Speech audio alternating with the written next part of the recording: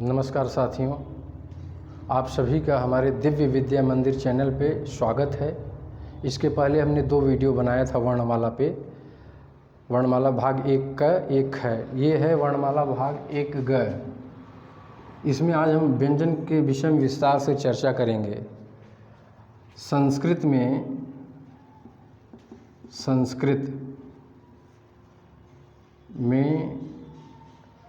एक थे पाड़िन दादा। तो पाड़िन दादा जो है 8 अध्याय में अष्टाध्यायी लिखे थे और उसमें जो है माहेश्वर सूत्र है। वह 14 माहेश्वर सूत्र भगवान शंकर ने 14 बार डमरू बजाया था, उसमें से जो ध्वनि निकली थी उसी को पाड़िन ने 14 माहेश्वर सूत्र में अच और हल 2 वर्गों में बांट दिया था। अच का मतलब होता है स्वर, अच का मतलब क्या होता है स्वर, और हल का मतलब होता है संस्कृत में व्यंजन। संस्कृत में हल का क्या मतलब होता है व्यंजन। लेकिन अब थोड़ा परिवर्तन आया समय के साथ, क्योंकि संस्कृत के बाद भाषा परिवर्तनशील है। यह संस्कृत जो है परिवर्तित होती होती आज हिंदी में बोली जा रही है। अगर इसका हम DNA टेस्ट करेंगे हिंदी का, तो इसमें सब आनुवंशिक लक्षण संस्कृत के पाए जाएंगे।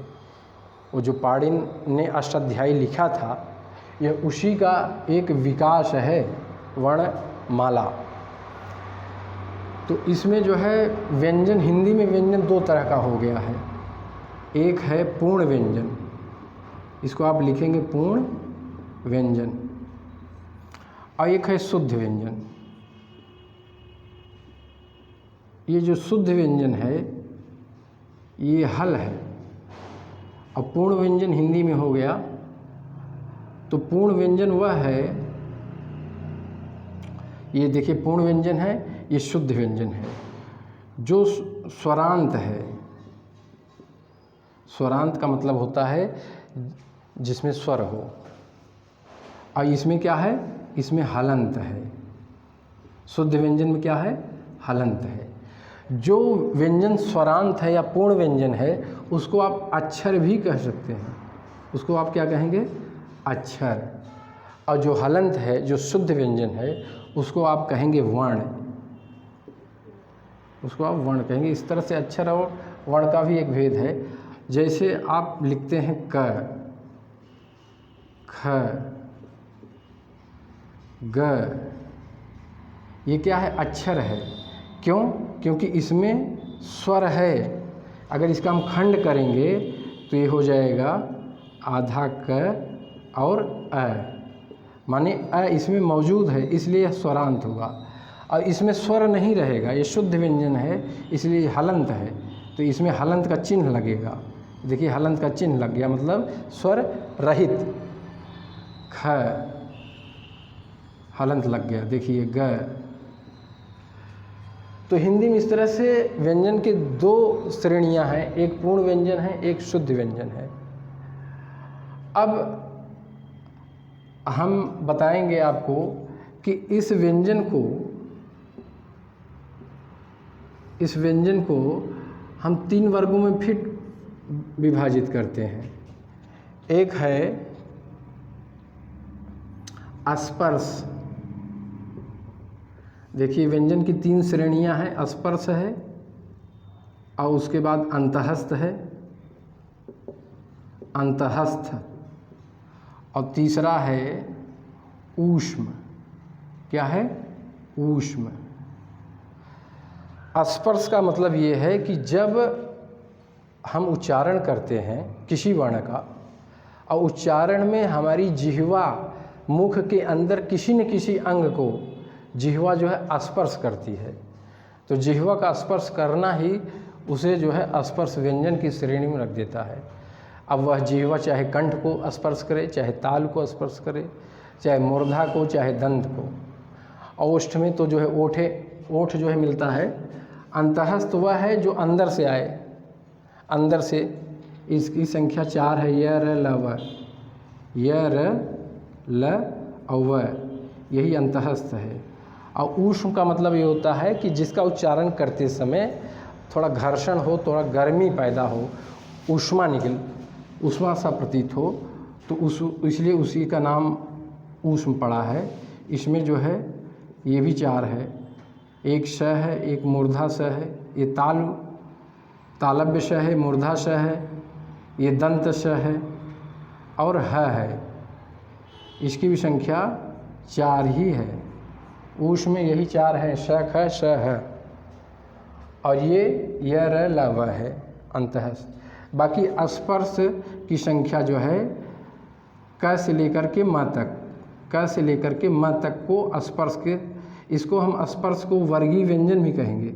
इसका एक नाम है वर्गीय व्यंजन, क्योंकि ये क से लेके म तक हम इसको 5 वर्गों में बांटे हैं।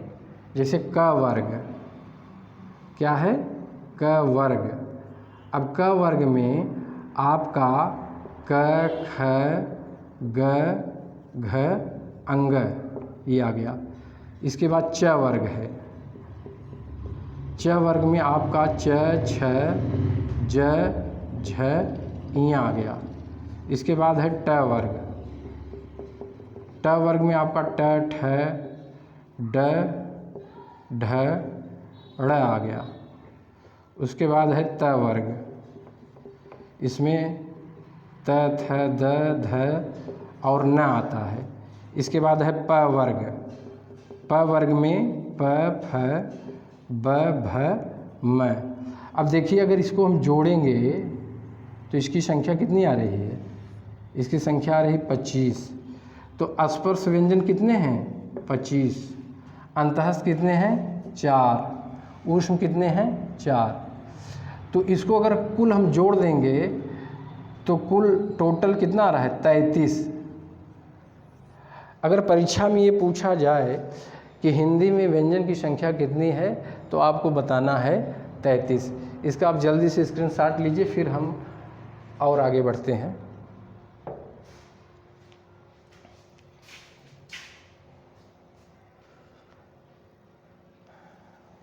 देखिए, यहाँ पर एक चीज़ मैं और बता दूँ, ये जो क वर्ग है इसको आप जो है लिख लीजिए। एक बार परीक्षा में पूछा गया था कि क वर्ग को कहा जाता है कोमल तालव्य कहा जाता है।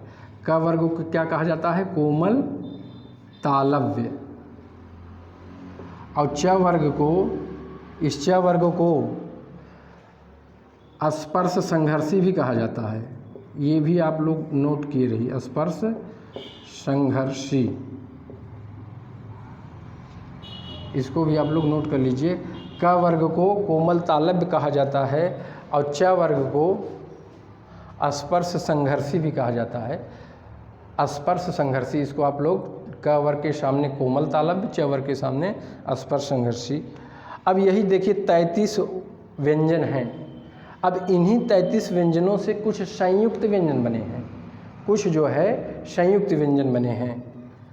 तो उसके विषय में आप लोग थोड़ा जान लीजिए। संयुक्त व्यंजन की संख्या कितनी होती है? कभी कभी परीक्षा में पूछा जाता है संयुक्त व्यंजन की संख्या कितनी होती है। और कभी ये भी पूछा जाता है कि संयुक्त व्यंजन किन 2 व्यंजनों के योग से बनते हैं, तो इसको भी आप जानिए।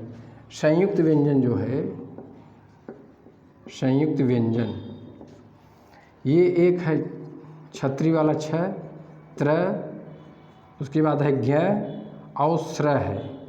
ये 4 संयुक्त व्यंजन है। और ये जो है आधा क और मूर्धा श, ये मूर्धा श है, इसके योग से बनता है। त्र भी आधा त और र के योग से बनता है। ये आधा ज, ज्ञ जो है आधा ज, किससे? आधा ज और इय के योग से बनता है। और स्र जो है आधा श और र के योग से बनता है। ये संयुक्त व्यंजन कहे जाते हैं और इनकी भी संख्या 4 है। और इसके अलावा एक और है द्विगुण व्यंजन। ये संस्कृत में नहीं था, ये द्विगुण व्यंजन जो है संस्कृत में नहीं था। इसका एक नाम है उच्छिप्त। उच्छिप्त इसको इसलिए कहा जाता है, उच्छिप्त उच्छिप्त इसलिए कहा जाता है कि जब जिह्वा झटके से ऊपर जाए, जब जिह्वा किसी वर्ण के उच्चारण में झटके से ऊपर जाए अर्थात मूर्धा को टच करे तो उसे क्या कहते हैं? उच्छिप्त व्यंजन। इसकी संख्या 2 है। एक ये है ड़, यहाँ बिंदी लग जाएगा और यहाँ भी बिंदी लग जाएगा, जैसे सड़क और पढ़ना। तो ये जो है देखिए, ये संस्कृत नहीं था, तो ये आपका पूरा व्यंजन के विषय में आज आपसे हमने विस्तार से चर्चा की। हमारा एक छोटा सा प्रश्न है, आप बताएंगे कि जो द्विगुण व्यंजन या उच्छिप्त व्यंजन है यह कहाँ से आया है। आपको ये बताना है ये किस काल का देन है, संस्कृत का। आप मान लीजिए 4 ऑप्शन है, संस्कृत, पाली और उसके बाद प्राकृत है, अपभ्रंश है। 4 ऑप्शन हैं, आपको बताना है द्विगुण या उच्छिप्त व्यंजन का आगमन, इसकी शुरुआत किस काल में हुई, संस्कृत काल में या पाल या प्राकृत या अपभ्रंश में, आपको ये बताना है। अगर हमारा ये वीडियो आपको पसंद आए तो इसे जो है लाइक, सब्सक्राइब, शेयर और कमेंट भी करिएगा। जय हिंद।